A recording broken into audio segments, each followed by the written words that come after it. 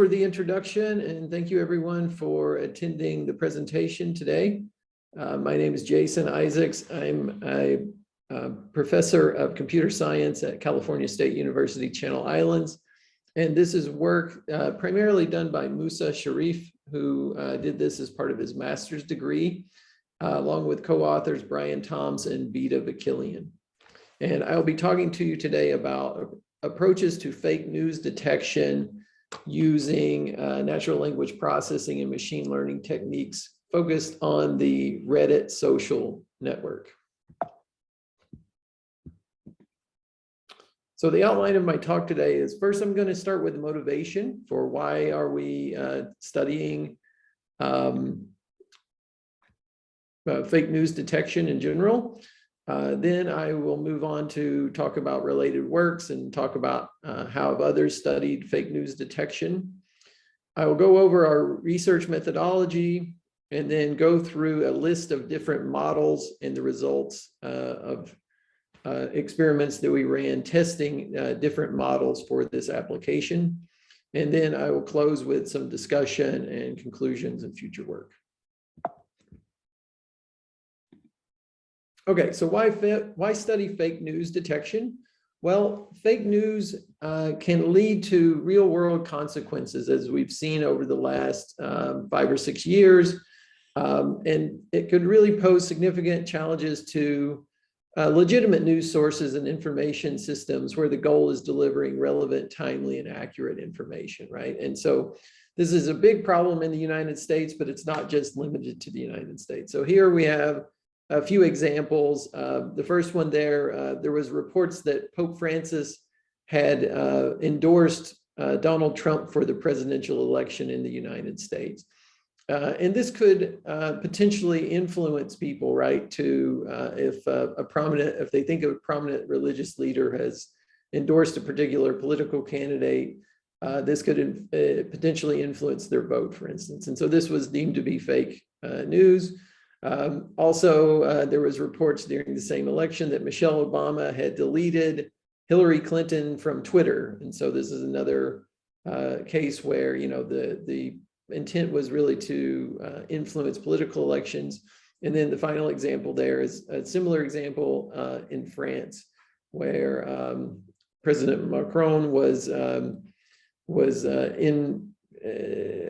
improperly deemed to be taking money from foreign governments and things like that as part of the election there. And it's not just limited to political actions. There's all sorts of fake news out there related to all sorts of different issues. And these were just 3 that I chose as examples. So also we should talk about why Reddit. So Reddit, according to Elisa Scherer and Jeffrey Gottfried in the article News Use Across Social Media Platforms in 2016, 62% of Americans get their news on social media. And 50% of these people have viewed this news on social media. And so Reddit has something like 430 million monthly active users. This is higher than Twitter. It also has a higher engagement rate. And just in 2019 alone, there were 199 million posts and 1.7 billion comments. And so this is the 5th most viewed site in the US. And Reddit users are most likely to get their news from that site. And so the graph on the right shows that 70% of Reddit users get their news on that site. Okay, so this is a big source of news for a big chunk of the population in the US. And so, oops, excuse me. So in the US, we have systems such as Fact Checker, PolitiFact, Snoops, Real Clear Politics, whose all their goal is to basically weed out fake news, right? And so these organizations already exist for trying to eliminate fake news.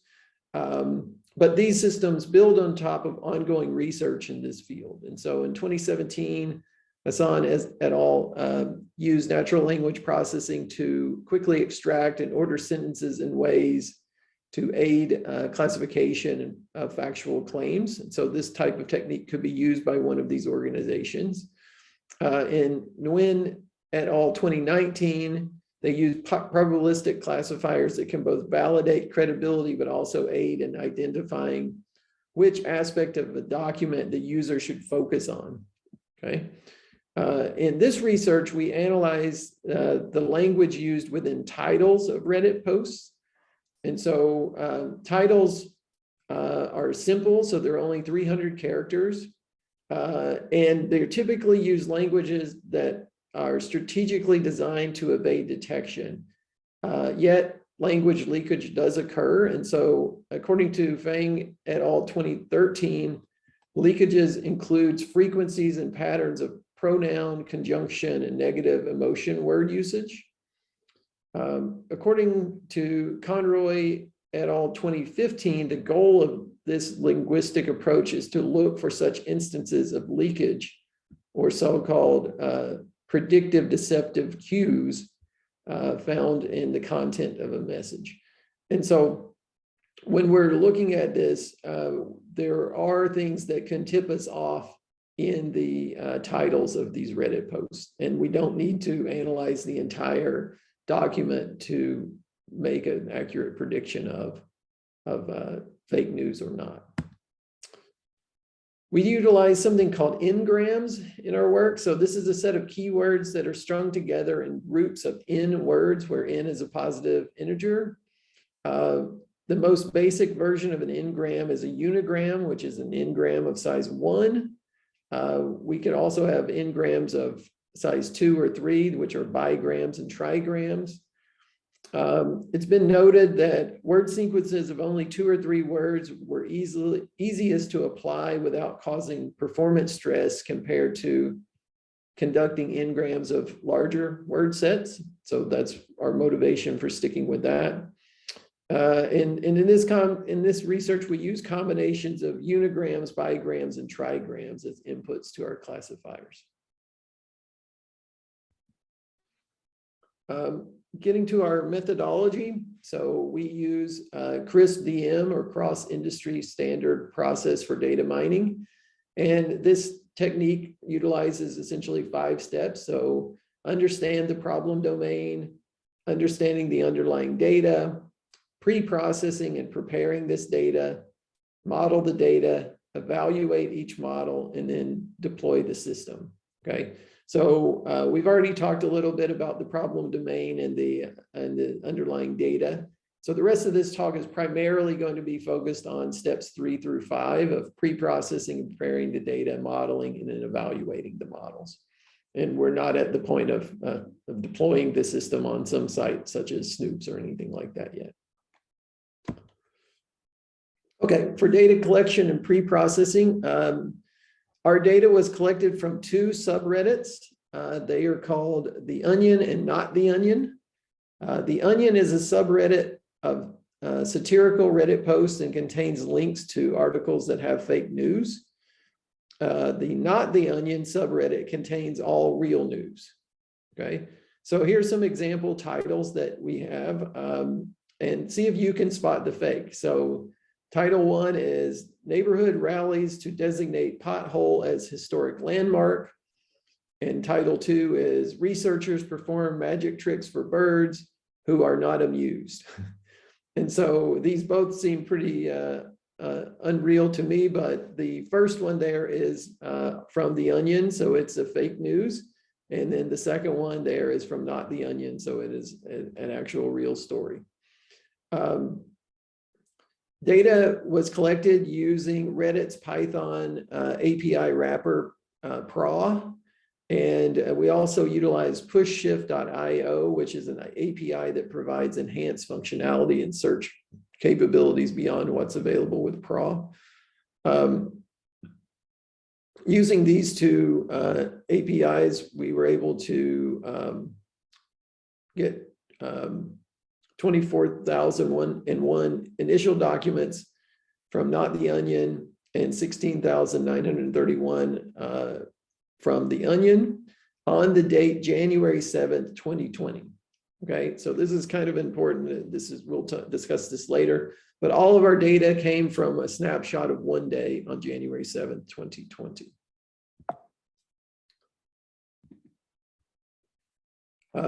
For all posted data, the following data was collected. So we collected the post title, the post domain from which the article was obtained, the number of comments per post, the post timestamp, the post author, the post score, which is calculating using number of upvotes or downvotes a post received, the author's karma using reddit.info function call, which is calculated using a user's contribution to the Reddit community. To pre-process the data, we're using Python and NumPy and Pandas libraries. We duplicate, we remove duplicate entries and stop words from the data set. Stop words were generated using the Python scikit-learn library. A custom algorithm for determining unigrams and bigrams was used. We utilized lemmatization to reduce the words to the root form to help normalize the data set. And this was used instead of stemming. After the data cleansing process, we ended up with 11,201 from Not the Onion and 10,605 posts from the Onion subreddit. So I'm showing here the top 5 bigrams for each class of data. So the first one there on the left is from the Onion or real or fake news, sorry. And so those are year old was 240 instances. Police say was 87 instances. Donald Trump 87 instances. Man arrested 80 and Boris Johnson 78. And then from Not the Onion, year old 129 instances. White House 100. Donald Trump 95. Need No 91 and Culture Shock 83. And so from this data now we worked on feature extraction. So we used feature selection algorithms that identify the weight of a feature from our data set to affect the classification of our news. Feature selection algorithms reduce dimensionality of the data set and select only a minimum subset of features for input into our classifier algorithms. Data is encoded in a numerical format using a count vectorizer or TF-IDF vectorizer. And we utilize k-best and recursive feature elimination from the Python scikit-learn feature selection package to see who contributes the most, okay? And so the figure on the right is a ranking of the features. And we see that author karma, Reddit score, and number of comments were really the top 3. And then the post title, post author, and domain were the next 3. For our work, we chose to focus on the post title and domain. This is primarily because the top 3 are all sort of social media related scores about the article and not really anything about the article itself. So these are kind of all after the fact features, whereas the title, the author, and the domain are kind of the core features of the thing that we're looking at. And we chose not to use author, but primarily because the author is easily faked. And so it would be easy to spoof an author, but it's not as easy, I mean, to hide the domain or hide the post title. So those are why we chose those 2. Our classifier model and results. So our experiments evaluated the effectiveness of 8 candidate classifier models. The data set was subsequently split into training and testing data sets where, for example, 80% of the data for training and 20 for testing. For each model, we calculate 3 scores. We calculate the training score, which is how well our model performs against the training data set. We have the validation score, which provides insight into the average performance over multiple testing iterations. So we focus on in-fold cross-validation, which repeatedly trains on 80 to 90% of our data set. And then we set the value of n to 5. And then the test scores are generated once a model has been optimized against relevant hyperparameters suitable for the algorithm. And the higher the scores during testing indicate a more generalized model. Okay, so the models that we're going to talk about, so I'm going to go through each of our 8 models and talk a little bit about each one. So the first one we're going to use is, we're going to refer to this as our baseline model. And so we use logistic regression to attain our baseline accuracy. And here, our feature, we use just the title. We use n-gram range from 1 to 3. We use 1 stop word and 1 cost. And the end accuracy for our baseline model after training, testing, and validation was 84.57%. And this is going to be what we're going to try to improve on with other techniques. Model 2 uses count vectorizer and logistic regression. And this resulted in 2 distinct pipelines for our data using the count vectorizer on both the title and the domain name. And this to form a single pipeline, which serves as input to our logistic regression classifier. So now the important thing is we're using title and domain. Everything else is pretty much staying the same. And so here we see that we have a validation score of 98, a training score of 99.57, and a testing score of 98.27. But we decided to remove the domain feature. And so the fact that the high accuracy can be attributed to the fact that the domain sources were relatively homogeneous. The majority of the onion were coming from theonion.com. And just a couple other sources. So since the bulk of the fake news could be just attributed to the domain itself, we decided not to focus on that with the rest of the models and just focus on the title. Okay, so so from here on out, we're going to only be focused on the title as our feature. So we've eliminated the domain feature from our model and rerun the testing using the count vectorizer and logistic regression. And so here our results are validation score of 84.9, training score of 99.84, and a testing score of 84.62. Model 4 integrates the term frequency inverse document frequency, TF-IDF, with logistic regression. Here we're still sticking with the title of as our feature, and we have no stop words in this model.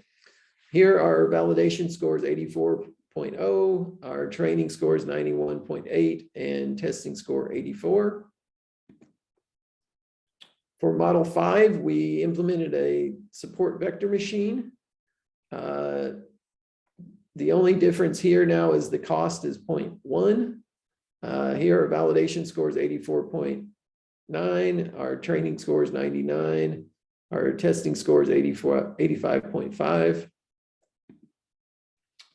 Model 6 is a count vectorizer with random forest.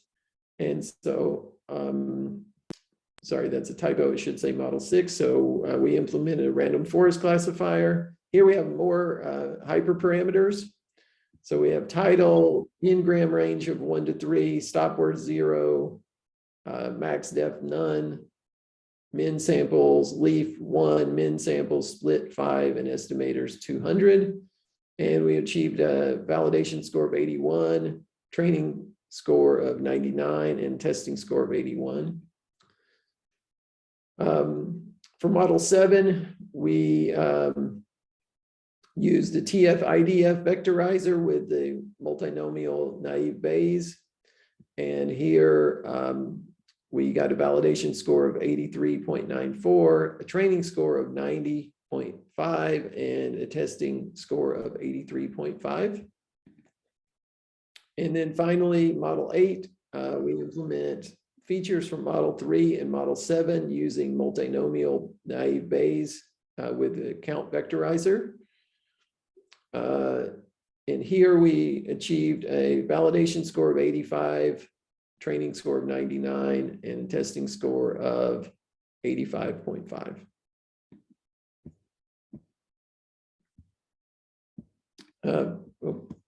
For Model 8, we generated a confusion matrix.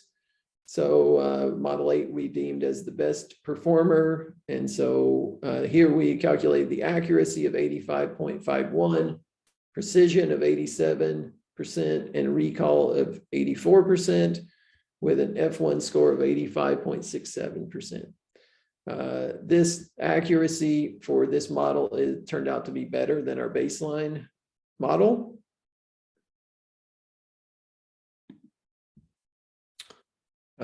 Now we'll go into a little bit of discussion. So, oops, sorry.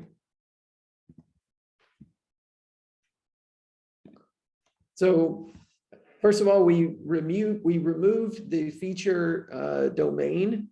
And so performing k-best and recursive feature ranking allowed us to produce a subset of features to serve as the input to our model. And so that by analyzing that, we were able to select title as sort of one of the high scoring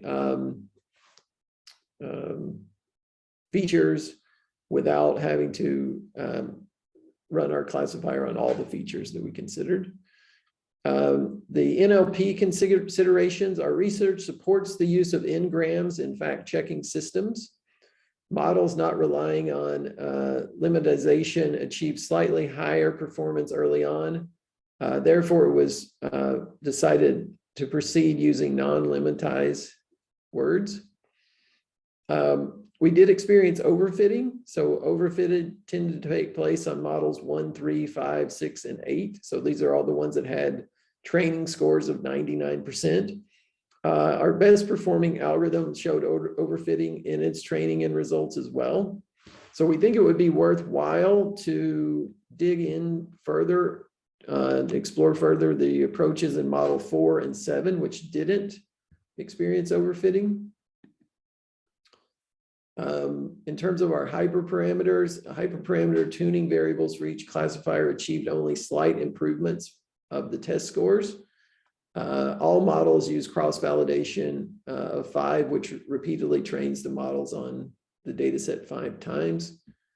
The notion of count vectorizer versus TF-IDF, it was interesting to note that the count vectorizer performs slightly better than TF-IDF, but the implementation of TF-IDF across other machine learning approaches may result in better results. And we think that could be possibly due to the fact that our data set wasn't large enough. So had we analyzed, say, instead of just 1 day's worth of Reddit posts, if we had analyzed, say, a month worth or, much more data, then the TF-IDF might have performed better, we think. So conclusions, limitations, and future work. So we implement and evaluate multiple classifier models, which can be used to aid in fake news detection, all of which performed pretty well. The best model was built using count vectorizer and multinomial naive Bayes and was able to get an accuracy score of 85%. This work demonstrates that titles alone can play a significant role in classifying information as real or fake. It marks a good starting point for fake news detection. Data collected was from a single day in January 2020. So future work should look to expand the data collection phase. So this is probably the primary weakness of what we did. Improvements to each of the models could be made by using bootstrap aggregation, also called bagging or booting, which is shown to reduce bias and improve the stability and accuracy. and to help prevent overfitting. So this is something with more time we would have investigated. Models applying the TF-IDF algorithms appeared to resist overfitting, so it would be interesting to apply TF-IDF with support vector machines and random forests, which we did not do in this study. And with that, I will close and take any questions that you may have. Thank you for your attention.